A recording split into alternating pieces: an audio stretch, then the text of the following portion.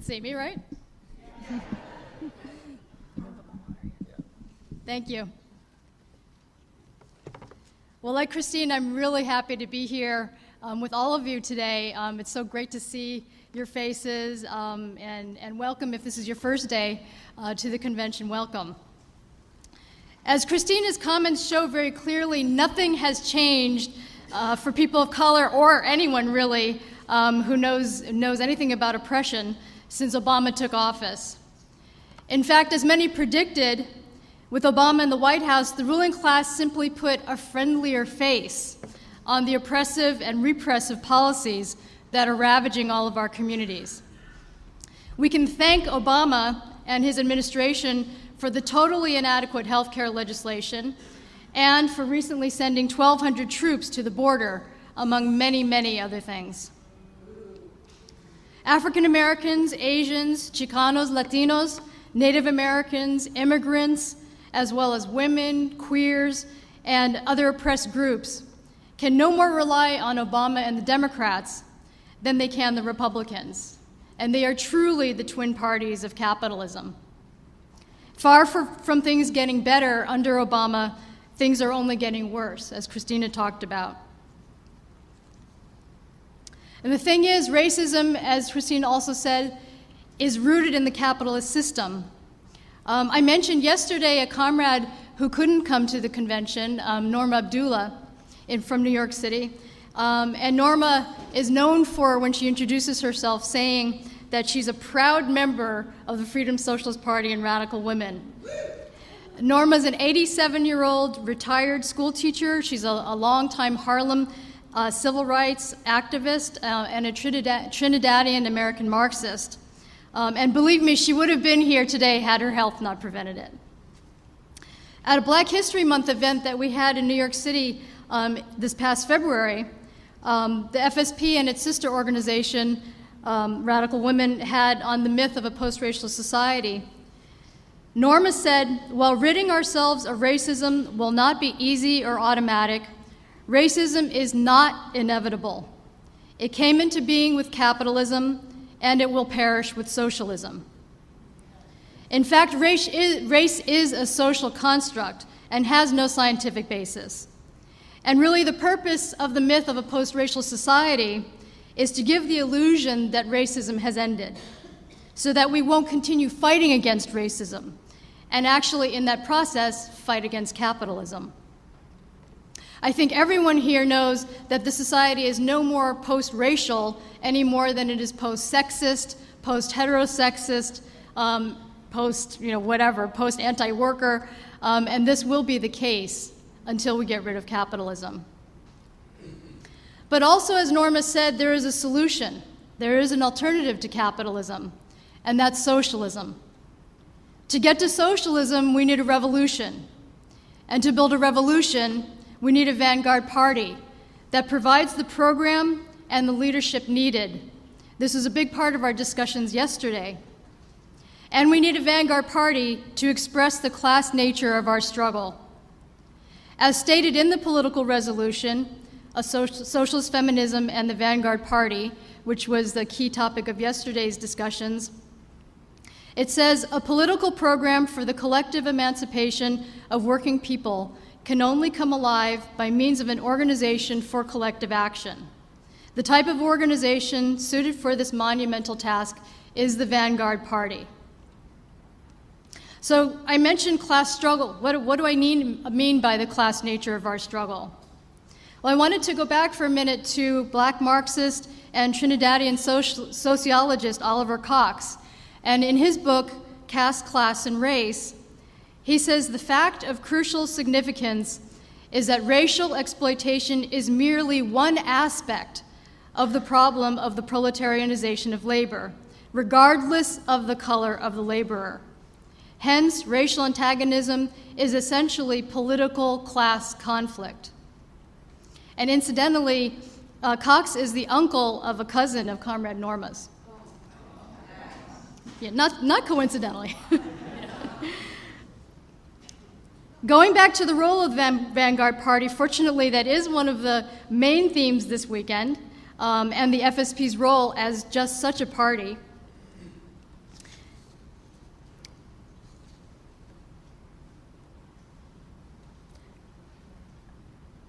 I wrote a 2 here, and I have to find my 2. So oppressed groups have a common class interest against the ruling capitalist class. Race, gender, and sexuality are all used under capitalism to keep the working class and have-nots divided. And Christina gave some really good examples of that. And this is to prevent us, again, from uniting in a common struggle against the powers that be. And our divisions only benefit the man. They only benefit the bosses and the landlords. Asians versus blacks, blacks versus Jews, immigrants versus native-born. As an Asian American woman, I'm supposed to be the model minority.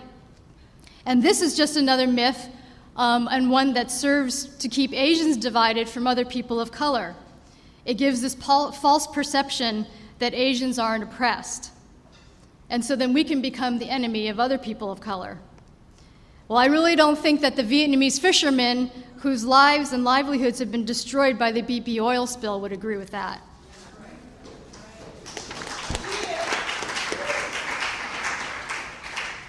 So I talked about the key, and Christina talked about this, being the leadership of people of color.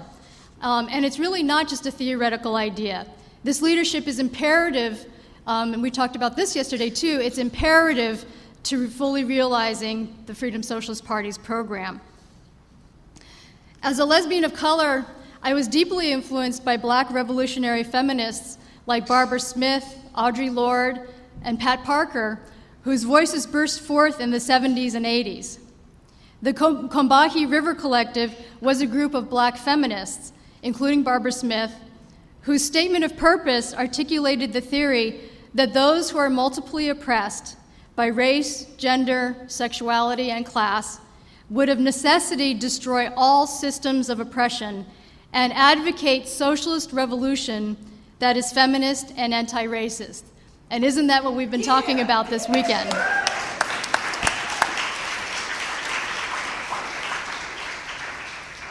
As Christina said, it is no accident that women are at the forefront of the struggle for immigrant rights. The political resolution, again discussed yesterday, that the leadership of women of color, maximally exploited and doubly oppressed, is the most powerful blow of all. And that is because a blow by women of color is a blow for the whole working class.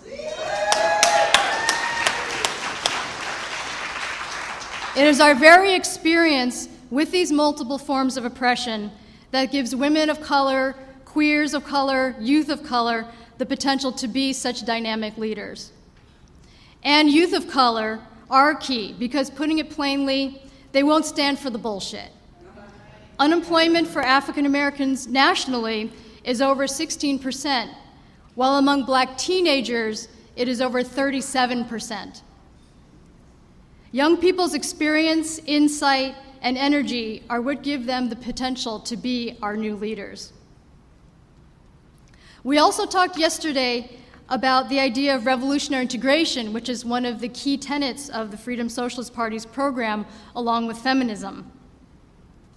Revolutionary integration was developed by founders of the FSP, and it really came out of the reality of the civil rights movement and the black struggle. The historical direction of the civil rights movement was for full integration with equality and justice and toward an inclusiveness, a multi-issuedness, evolving like Martin Luther King's positions did. As we know, King was killed at the very moment in his life that he was bringing together his fight for racial equality with an economic analysis, joining his stance against the Vietnam War with the labor struggle of the Memphis sanitation workers. And that is totally threatening to our common enemy. And this position would have led inevitably to an anti-capitalism and for a socialist alternative had the black movement not been decimated by systemic governmental sponsored attacks and from its own internal obstacles like sexism and what I think was an incomplete program for socialist revolution. But this direction that I was talking about, this trajectory, is what the Freedom Socialist Party calls revolutionary integration. And the book is available in the bookstore, so I encourage people to get a copy of it. published by Red Letter Press. The idea of this integration, too, is not to assimilate into the corporatized status quo, but really to join with other super exploited workers to make radical systemic change in this country. And also, as we've discussed, revolution will not happen in this country without the leadership of blacks.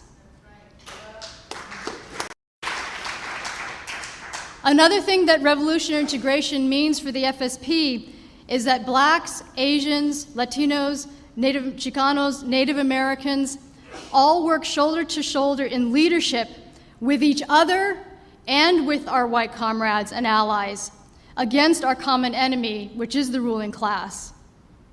And on a daily basis in the party's work in the mass movements, and Christina gave some illustrations of that, we demonstrate revolutionary integration in action. And one of the many examples is the united struggle of the comrades of color with white comrades against cultural nationalism in the immigrant rights movement that Christina talked about. And just a definition, or to talk about what cultural nationalism is when people of color elevate race above every other struggle. Race is primary, and that's their key aspect of their perspective or program.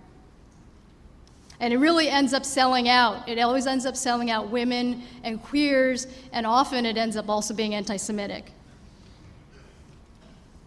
So how does the FSP build the leadership of people of color?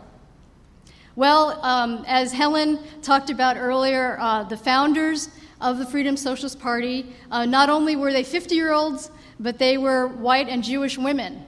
And now we are, as people have said, a multi-hued party of all sexualities.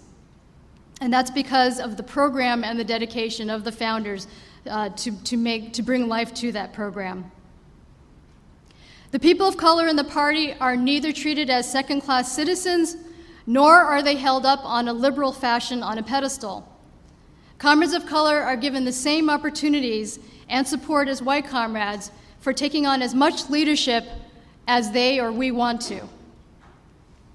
At the same time, it is important to recognize that the experience with racism, often coupled with sexism and heterosexism and other forms of oppression, does put additional stresses on people of color. They're daily, in-your-face stresses that some of us feel like we never get a break from everything from media stereotypes to right-wing and police violence. And again, the more layers of oppression you face, that always means the more socioeconomic inequities. In a film on trans folks of color that one of the new Radical Women members in New York did, her name is Siobhan, the trans folks talked about their everyday struggles with inadequate medical care, housing, unemployment, very basic living conditions, and how they're hit so much harder even than the rest. The particular experience of people of color with these various forms of racism is one of the reasons that the Freedom Socialist Party has a Comrades of Color Caucus, a CCC. This is a joint caucus of all the people of color who are in the party and radical women. And the caucus is a unique concept among groups in the left. It's quite unlike other socialist groups. In particular, I'm thinking of International Socialist Organization, ISO, which actually said in a statement that they wrote to FSP NRW that they have no need for such a caucus, presumably, ostensibly, because they don't have any problems with racism in their organization. They've also said the same thing about sexism. They have no sexism in their organization. But really, it comes from their political position that white males do not have privilege. And this is something that we're in an ongoing debate with them about. In the FSP, it's not that racist incidents never occur, but it's that there's a commitment to deal with them and to confront them in a head-on way so that they can be dealt with, and then it makes it possible to move on. Christina talked about fighting cultural nationalism, And we do that externally in the movements, but we also do that internally within our organization. And that's something within our Comrades of Color Caucus that we have a particular responsibility to do. All of us, people of color and whites, bring with us through the door that baggage, that external socialization and pressure. But it is in the context of the party and the CCC that we have a chance to create an alternative to that socialization. Also, the discussion of race and race relations and racism is not compartmentalized and isolated to the Comrades of Color Caucus. We fight racism throughout our organizations when we see it, critiquing and changing. In the FSP, it's not only the job of Comrades of Color to address racism, but also of white comrades. And in my many years of being in this organization, I can tell you that is the case. These are the people I would want to be on the front lines of battle with, because I know they've got my back.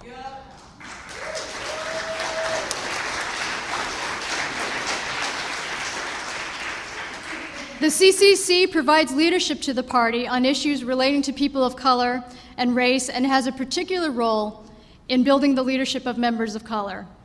It's also a place for Comrades of Color to have an autonomous space, something that groups like the ISO disagree with.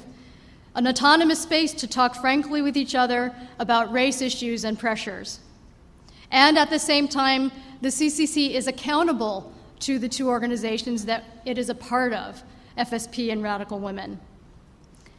Also, the CCC has a regular column in the Freedom Socialist newspaper. It's called Voices of Color. And there's a beautiful book in the bookstore that's a compilation of past writings of Voices of Color columns. The CCC is a working class caucus. It is about training and creating leaders of color to forge a socialist, feminist, and revolutionary integrationist program in the class struggle, which I talked about earlier. And there have been some problems with some of the past leaders of the national CCC who took their experience and training in the party and CCC and used it for their individual personal advancement and put that ahead of the collective goals of the party and the movement, and in some cases ending in desertion of the CCC and the party. And this problem of national leadership has had an effect, a negative effect, on the CCC. But the NCCC is in a really important period of growth. And I'm so excited by this development in the CCC that I've just seen in the last period leading up to this convention. I see new leaders and new members stepping up and stepping forward, taking initiative, speaking out on important issues, confronting each other, saying what they think. And we had a very important CCC meeting last night where we had a productive discussion on holding each other and ourselves accountable. And I believe that the CCC will be able to contribute even more as the local caucuses become more functional. So in conclusion, getting beyond the myth of a post-racial society, as Comrade Norma said in her talk at the Black History Month event, being colorblind is wrong because blinding ourselves to the reality of racism and remaining neutral on the necessity of fighting against it will never bring an end to racism.